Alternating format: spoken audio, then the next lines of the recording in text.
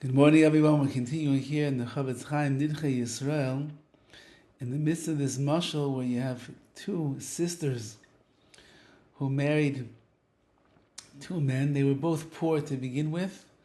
One of the husbands went on to become fabulously wealthy, and the other one remained very poor. And the sisters would get together once a year to see each other, to spend time together. And the poor sister sees her wealthy sister drive in her Rolls Royce, wearing her fancy clothes. Her fingers and her neck is dripping with jewelry made out of gold and silver and diamonds and rubies. She has her maids behind her, her servants. Her kids are all dressed to the nines in the most fancy and elegant clothing. They sit down to dine on the most delectable meal you could imagine. There's duck and there's a roast and there's fine wines and cakes and everything you could possibly want. But the poor sister notices that her wealthy sister doesn't look happy at all. And she has a moment in privacy and she says, "My dear sister, you have so much. What's the matter? Why are you so sad?" And she said, "Because as much as my husband gives me the credit card, and as much as he buys me such expensive things, and we go on the most luxurious, elegant vacations that you could possibly imagine, all the way into the African jungles and to the Roman cities of Italy, and we go to the beaches in Greece where the white sand can run between our toes." It's all true. But there's one thing that is missing in our marriage, and she says, "That is my husband. He is never, ever there for me. He's never with me. He never spends time with me. He doesn't understand me. He's not sensitive to me. And that's breaking me as a person." And then she says, "But you, my sister, in all of your poverty, you barely have anything that you have as your own. Please, I see the simcha, the joy on your face radiating all of the time. Tell me, how do you achieve that? How, with you have nothing, you don't have a fancy car, you don't have a nice house, you don't have good food on the table. Why are you so happy?" And she says, "My dear sister, because I have the opposite. Although in the physical world, in the world of trappings and luxuries, I don't have much at all, almost nothing. But my husband, he takes such good care of me, he loves me, he is sensitive, he's understanding, he's endearing, he's accepting, he's amazing. And therefore I know how much I am loved all the time." Says the Horowitz, what does this have to do with our case of the wealthy man who donates lots of money to the shul? He builds an Aron Kodesh, he buys special silver crowns for the Sefer Torah, and yet he doesn't keep the mitzvahs properly. Chen binyanenu, that's the same thing over here. Makaras ruach timsa torasena kedosha. What kind of satisfaction from our holy Torah find? From a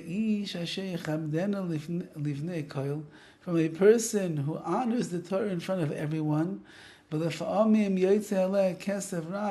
Sometimes he spends a lot of money on the Sefer Torah, on the shul, on the yeshiva.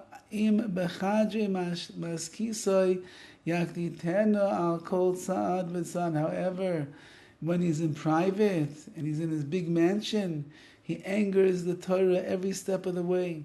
Everything that the Torah asks for this Jew to be able to fulfill, he turns his back on her words. And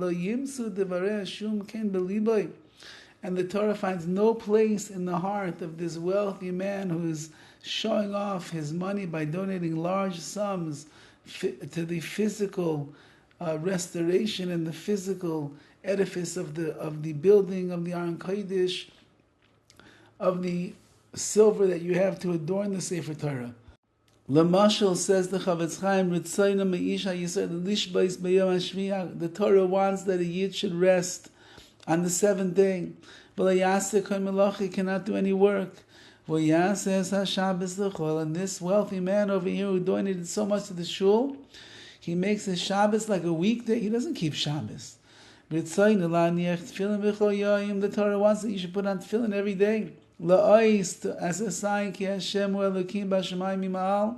Hashem is the God of heavens, and He's the God of the earth down here. But He doesn't put on His tefillin. Hashem doesn't want that your soul should be disgusted by eating unkosher tray foods. But He ends up eating in the vela animals that died without shchitu, treifa animals that are torn up, animals that also died without the proper shchita, died without the proper way. The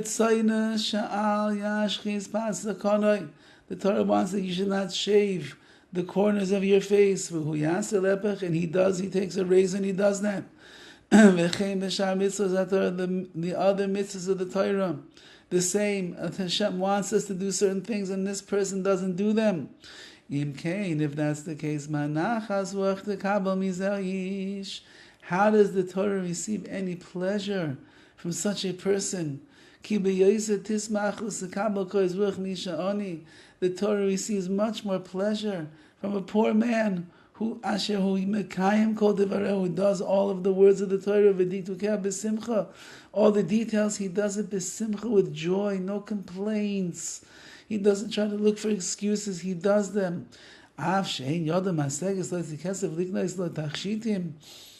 Even though he doesn't have the money to purchase silver as like adornments for the Torah, or to put it into a golden aron, a golden ark, it doesn't matter. That's not what the Torah wants. The Torah wants a yid to be golden. He wants a yid to be silver. He wants a yid to be doing the mitzvahs.